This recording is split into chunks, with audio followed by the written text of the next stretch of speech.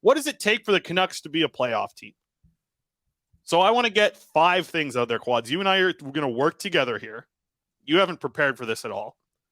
I want us to put together the 5 most important things, and the chat can get involved as well, too. I'd love for that to happen, and I see we got a good amount of people viewing the show right now. 5 things, the 5 biggest things for the Canucks to make the playoffs. I'm going to start, and you can follow this up with adding to it or bringing in your own topic, Quads.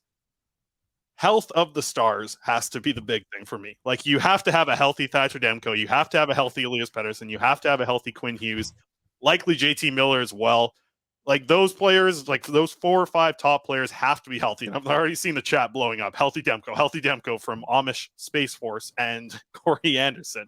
So those, like, I think healthy Demko, is that the biggest player who has to be healthy to keep this team in a playoff contention? Obviously, Elias Pettersson, Quinn Hughes, they're massive impacts to this team. But if Demko's healthy and on his game, he might be the most important player for this team to be a playoff team. Yes. I'm going to do something scary, Chris. I'm going to ask you and everybody listening to this to think back to, I think it was 2 games, 3 games maybe, that Elias Pettersson missed last season and what the Canucks looked like, and recognize that the Canucks center depth doesn't look that much better than what it was last year. Like, hey, we really like the Suter signing. We really like that. Teddy Blueger is somebody that I think doesn't get talked about enough, but at best, he's going to be a very, very solid 4th line center. Mm-hmm. You don't really have anybody that's going to step up to fill Elias Pettersson's shoes. Do you think that Seelovs can do that for Demko? I might.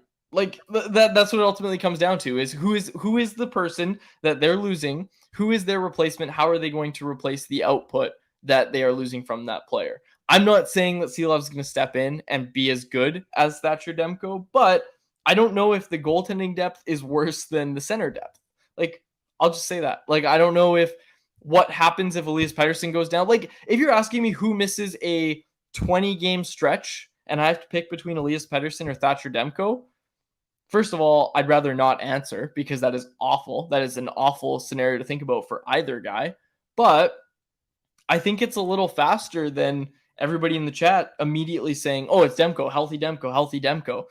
Okay, like, we're talking a healthy Demko who's also playing as we hope that he will, right? Like, I don't know. Like, I don't know. This is an interesting conversation to have, and there's no surefire answer. I'm just challenging people to think a little bit harder about this, about what the team actually looks like without Elias Pettersson in their lineup for like 20 games. Like, what does that actually look like? Because I don't think it's good. I don't think it looks very good. Yeah, and I don't know if my bow tie is on too tight or whatnot, or if I'm not getting enough blood pumping to my brain. But I'm going to back up the goaltender here and say, like, in your situation here, I think you brought up a good talking point here. 20 games to miss for a player due to injury. Like, Thatcher Demko, that's not just like, your goalie needs to be very healthy. Your goalie needs to be very healthy throughout the season to be on his game. Like, Pettersson at 60% is a much better contributor to the team than Thatcher Demko at 60%, right? And I think we saw Thatcher Demko not at 100% all season long last year, coming off of a very minor surgery as well in the offseason. Like, that was tough for him to come back. But now you're not looking at a Thatcher Demko who came off of an offseason surgery. You're looking at a guy now who's coming off an offseason, becoming a dad and being able to work out full time here. He's been in Vancouver for a long time. I think he's one of the guys who probably was one of the earliest to get back into Vancouver. Yeah, I think that a healthy Demko, or even like, that's what I'm thinking, like a 60% of Demko, it's worrisome if he's not very healthy. So I'd have to say that he probably is the most important guy. I know that I get where you're coming from. You say Seelovs is, going to be able to come in and pick up the slack and be a half decent goalie. I think that's a huge ask, right? I think that's a huge ask. But at the same time, I could see the argument of the center depth. You talk about it.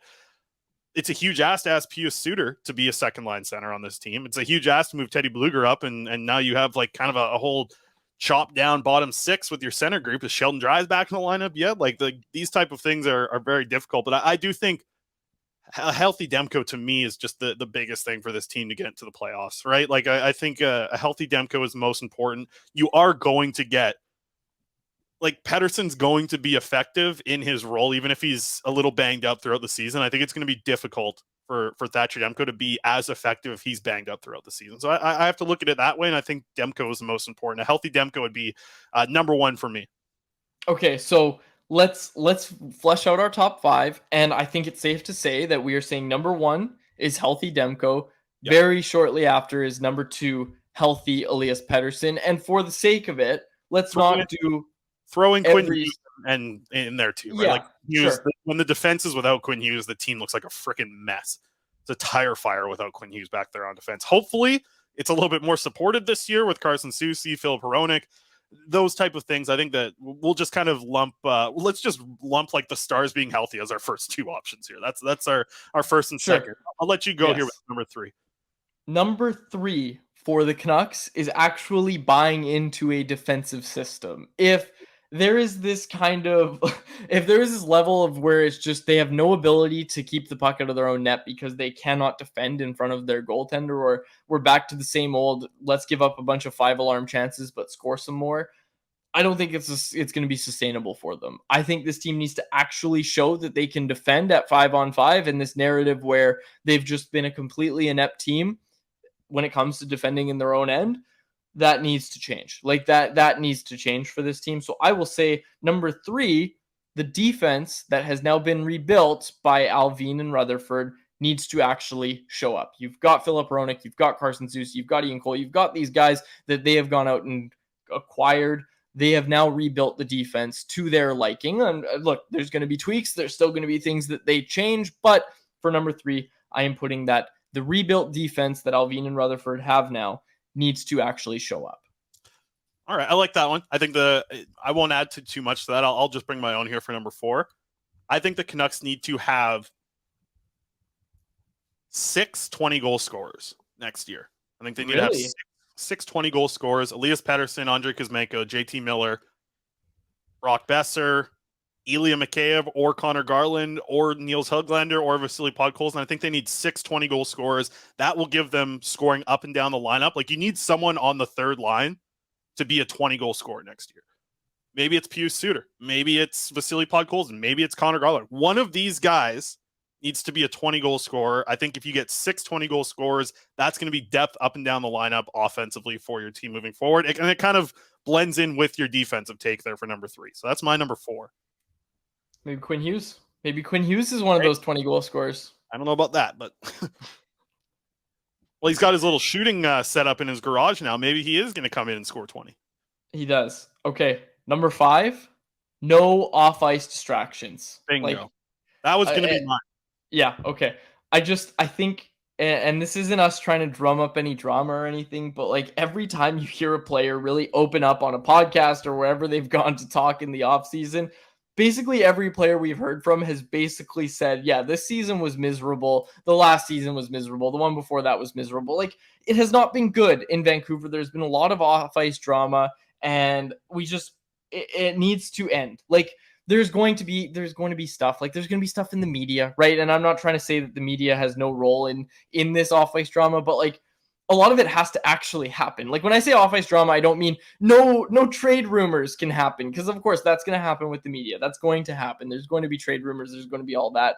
But no epic showing of, the execution of your coach in front of everybody. Like, that's what happened last year, right? Like, that was a big thing of it, was they had the Bruce Boudreau situation basically hanging over them all season long. And then when it was finally figured out, everybody was just exhausted to that point. Tocchet's come in, he's done a good job in these first few months. This team needs to just get out in front of it, and they cannot have this off-ice drama and these off-ice distractions that are weighing on the players. This can't happen again. Get those renos done. Like, don't make it so that there's, the scoreboard's falling apart or whatever. Like, get this done so that all the players are just comfortable and all the players are in a position where there's just nothing that they have to worry about. And of course, everybody has things to worry about, but where there's nothing related to the hockey club that they have to worry about when they're not on the ice. Turn this into a world-class organization again. Get your practice rink figured out. Get all this figured out. Get it over with, and get back on the map here. Yeah. Yep. I agree with that one. I'm going to add this one in because this probably should have been one in our top five.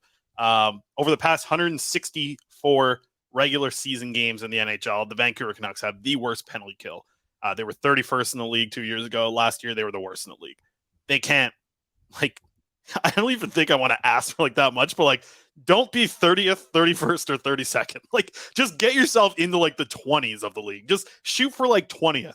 You don't need to be a top 10 penalty kill in the league, and I don't think they will be.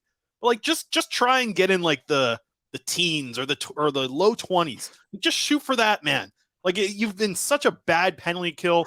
JT Miller talked about it at the end of 2 seasons ago, talking about how much that affected the team and how difficult it was to come back. You're basically giving up a goal when your team is playing like 60% on the penalty kill. You're giving the other team a goal every night. You are putting worry into your players' heads when they take a penalty. You're kind of like limiting how aggressive guys want to get, because if they say, oh, like if my stick slips up a little bit here, I'm taking a penalty, we're going to get, there's a 50% chance we're going to be, getting scored on. So I think it's something that really needs to change this coming season, like the penalty kill, and it's been addressed, right? They went out and got players to help on the penalty kill. They didn't have Ilya Mikheyev last year. Like, almost all the main guys that are going to be killing penalties for the Canucks next season, probably 80% of them weren't on this team when Patrick Allvin took over as the general manager. So you have to give him credit. Like, he is attempting to address, and I think he's made some solid bets. We don't know if it's going to work out perfect. Like, hey, maybe Teddy Bluger sucks at penalty killing. Maybe Carson Soucy can't penalty kill.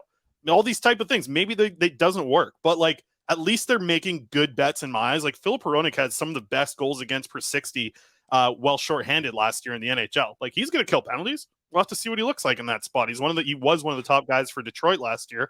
These players are going to help big time on the penalty kill. I think that's going to be something like, you're going to see a completely different group of guys on the penalty kill this year than we did 2 years ago, when this team kind of just started going down and down and down and down in the ranks. So I think penalty kill is the other huge one.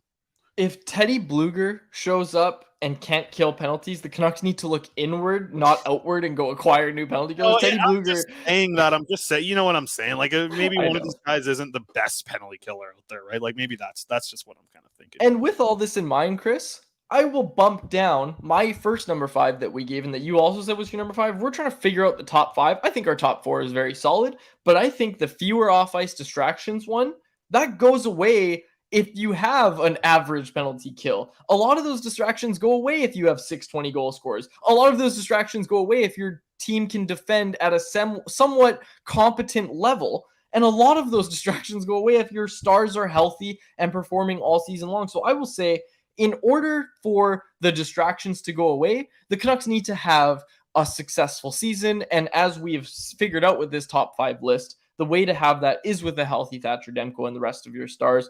It's with the defense showing up. It is with you having, like you said, 620 goal scorers, and it is with you having a better penalty killer. And I think that is a good place to close out today's show. But before we do that, we've got our poll question. We've got our Betway bet of the day. So bear with us, folks. We've got a final, 5-10 minutes here. Do you have anything else you want to get before we get to the poll question? Let's get to Kyle's question here. One of the new additions, including Mikheyev and Hronek, who do you think will become the Canucks' most important penalty killer? Let us know in the chat as well. Who do you think, Quads? Who's, of all the new additions, and like you said, you can include Mikheyev and Hronek into it, who do you think is going to be like the guy who impresses the most? I have to think it's Mikheyev. I think he's going to make like the biggest noticeable impact. Like, I think what you're going to get from some of the defensemen, like Hronek's going to be effective. I think Ian Cole's going to help in that spot as well. Maybe we see less ice time for Quinn Hughes. So kind of, by them playing more minutes, Quinn Hughes has to play less on the penalty kill, so that's good too. But I think Mikheyev, like, you want to see this guy cook. You want to see this guy score 4 penalty, like shorthanded goals this year, and really burn the momentum. But use his speed, use his skill. The things that we saw him do and we liked at 5-on-5 last year, I don't think we got enough of a good sample size to see what he really looks like as a penalty killer. And he was on a torn ACL last year, bro. Like damn, like how hard is that? I think it's going to be Mikheyev to answer Kyle's question. Yeah, I think I'm going with Filip Hronek. Or hey, I think Teddy Bluger is going to surprise a lot of people. Like, Teddy Bluger is a very, very good penalty killer. I'm not just saying that because he's Latvian. I think Teddy Bluger is going to be that guy. And I think we've seen, I don't know, like we've seen Ilya Mikheyev. Like you said, yes, he was playing on a banged up leg. I understand. I don't know. I'm going with Teddy Bluger over Mikheyev. Interesting.